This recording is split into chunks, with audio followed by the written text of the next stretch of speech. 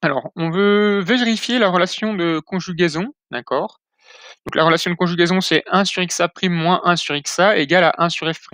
Sachant qu'on a déjà fait les mesures de la distance entre la lentille et l'objet xa et on a déjà les mesures entre la lentille et l'image associée xa', d'accord? Et on sait en plus qu'on a utilisé une lentille de vergence égale à +3 dioptries, autrement dit que 1 sur f', on doit trouver que ça vaut +3 dioptries pour chacune de nos valeurs.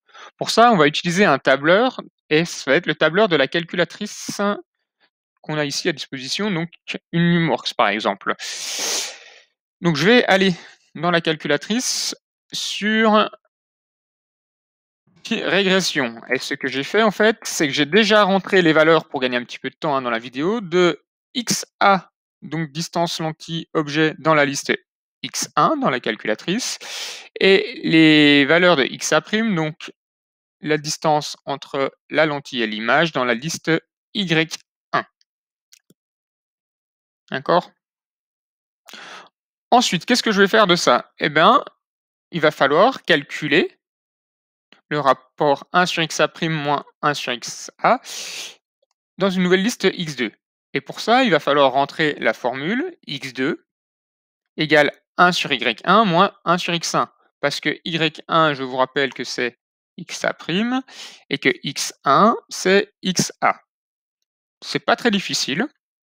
Il suffit d'aller en fait ici sur la calculatrice, donc on se déplace pour bien être sur la case x2, faut qu'elle soit grisée. On fait exécuter et on va lui demander de remplir avec une formule. Alors la formule, ça va être 1 sur y1, donc je vais taper 1 divisé par, alors le y il est en majuscule, donc on fait attention, shift alpha y1 moins 1 shift alpha, alors divisé, pardon, hop, hop, donc divisé par shift alpha x1, d'accord?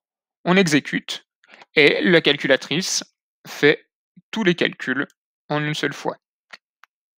Donc qu'est-ce qu'on remarque au niveau de ces valeurs? Tac, tac, tac. On remarque que si on garde que de chiffres significatifs, puisqu'on considère que pour former l'image, on est à peu près sur une précision du centimètre, on arrive à peu près à trouver l'image au centimètre. Donc deux chiffres significatifs, ok, puisque le chiffre des centimètres il est là, 1, 2, donc on va garder que de chiffres significatifs. Donc à chaque fois, ici c'est 30 fois 10 puissance moins 3, 30 fois 10 puissance moins 3, 30 fois 10 puissance moins 3, 30 fois 10 puissance moins 3, 30 fois 10 puissance moins 3, 30 fois 10 puissance moins 3, 30 fois 10 puissance moins 3, je descends, et à nouveau 30 fois 10 puissance moins 3. Donc on trouve toujours ici la même valeur. Donc ça veut dire que on a déjà bien ça qui est une constante, d'accord? Cette formule-là qui est une constante. La question c'est, est-ce que cette constante, elle vaut bien les fameux 3 dioptries? Ben non, puisqu'on trouve 0,030. Oui, mais attention, ici on a travaillé avec des centimètres, d'accord? Ce qui fait que notre résultat, il est en centimètres puissance moins 1. Et les dioptries, c'est des mètres à la puissance moins 1. Donc tout simplement, il suffit pour passer des centimètres à la puissance moins 1 à des mètres à la puissance moins 1, donc à des dioptries, il faut multiplier ça par 100, et on trouve à chaque fois 3,0 dioptries. Donc la relation de conjugaison est parfaitement vérifiée.